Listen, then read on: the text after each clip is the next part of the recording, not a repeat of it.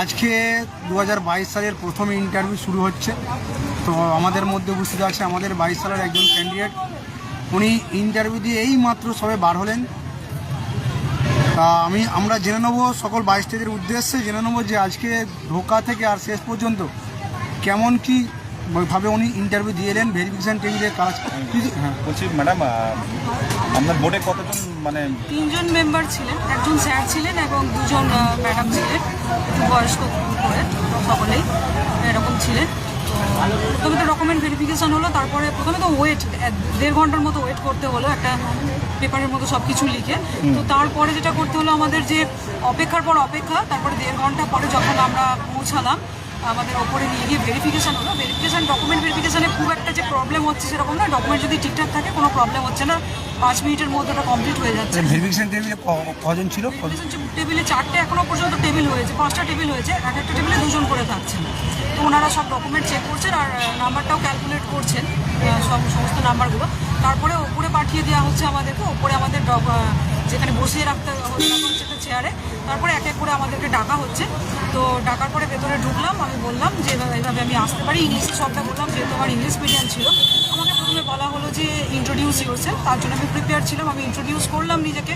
আমার এইচএসে কোন স্ট্রিম ছিল সেটা জানতে চাওয়া হলো এবং গ্র্যাজুয়েশন আমার কোন সাবজেক্টে সেটা জানতে চাওয়া হলো। তো এসব বলার পর আমাকে বলা হলো যে ঠিক আছে, কোশ্চেন কিছু জিজ্ঞেস করে ডেমো দিই। আমি বললাম ঠিক আছে, আমি ডেমো দিচ্ছি।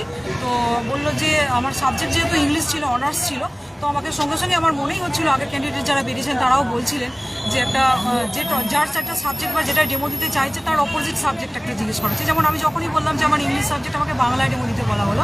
তো আমি সেটার জন্য প্রিপেয়ার ছিলাম। তো আমাকে একটা কবিতা পড়াতে বলা হলো, তো আমি সেটা পড়ালাম।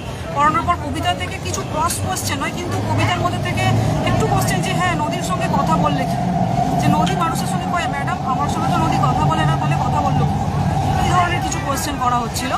ডাইরেক্ট কোশ্চেন আপনাকে জিজ্ঞাসা করেন? ডাইরেক্ট কোশ্চেন একটা করা হয়েছে। তারপরে আমাকে বললো যে ঠিক আছে বসুন, এবার আমাকে ন্যাশনাল এডুকেশন পলিসি সম্পর্কে বলুন, যে ওটাতে যে ওটার কি মেরিট এবং ডিমেরিট আছে সেইগুলো সম্পর্কে বলুন, একটা ডিমেরিট একটা মেরিট। আমি বললাম এটাতে তো হোলিস্টিক ডেভেলপমেন্টের কথা বলা হয়েছে। তো ওরা বললেন যে সিসিএতেও তো হোলিস্টিক ডেভেলপমেন্টের কথা বলা হয়েছে, তো এতে পার্থক্যটা কী আছে? তারপরে তাহলে এটার কী পার্থক্য? আমি বললাম তাহলে স্যার ম্যাম এই মুহূর্তে আমার মনে পড়ছে না। এসব বলার পর আমাকে বললো তাহলে আপনি একটা অ্যাক্টিভিটি বেস ডেমো দিতে পারবেন। আবার আমাকে একটা ডেমো দিতে পাঠানো হলো, সেখানে আমি অ্যাক্টিভিটি বেস ডেমো দিলাম। সেখানে আমাকে বলা হলো যে স্টুডেন্টদের এঙ্গেজ করতে পারলে বেশি ভালো হয়। আমি বললাম সেক্ষেত্রে যে আমার সেকেন্ড পার্টি ওটা ছিল, আগে একটু বুঝিয়ে দিয়ে তারপর স্টুডেন্টদের এঙ্গেজমেন্ট। ওনারা চাইছিলেন আমি স্টুডেন্ট এঙ্গেজমেন্টটা বেশি করে করি। আচ্ছা, ডেমোতে আপনাকে কতক্ষণ সময় দিল? ডেমো আমার 2টো ডেমো হয়েছে, টোটাল 13 মিনিট আমার হয়েছে ইন্টারভিউ। আর ডেমো মোটামুটি 2টো ডেমো মিলিয়ে প্রায় 5 করে 10 মিনিট।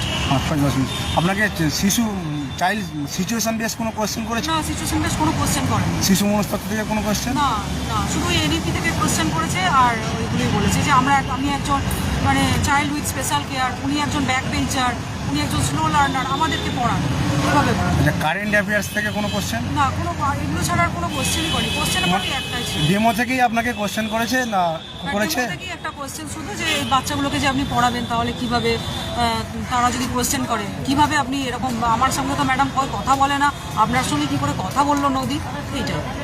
আচ্ছা, আপনি বলছেন যে আপনি একটা ইংলিশের জন্য ডেমো করে এসেছিলেন, কিন্তু আপনাকে বাংলায় করতে বলা হয়েছে।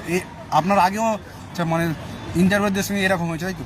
আগে ইন্টারভিউদের সঙ্গে, হ্যাঁ, আগে যারা ইন্টারভিউ দিতে এসছে তাদের সঙ্গে এইগুলো হয়েছে। তারা বলছিল যে ইংলিশ সাবজেক্ট বলছে তাকে ম্যাথ থেকে ডেমো দিতে বলছে, যে বাংলা বলছে তাকে জিওগ্রাফি বলছে তাকে ইংলিশ থেকে বলছে, এই ধরনের। আচ্ছা, ইন্টারভিউ টেবিলে কতজন ছিল? 3 জন ছিলেন। ঠিক আছে ম্যাম, ধন্যবাদ। আপনার আগামী দিন শুভ।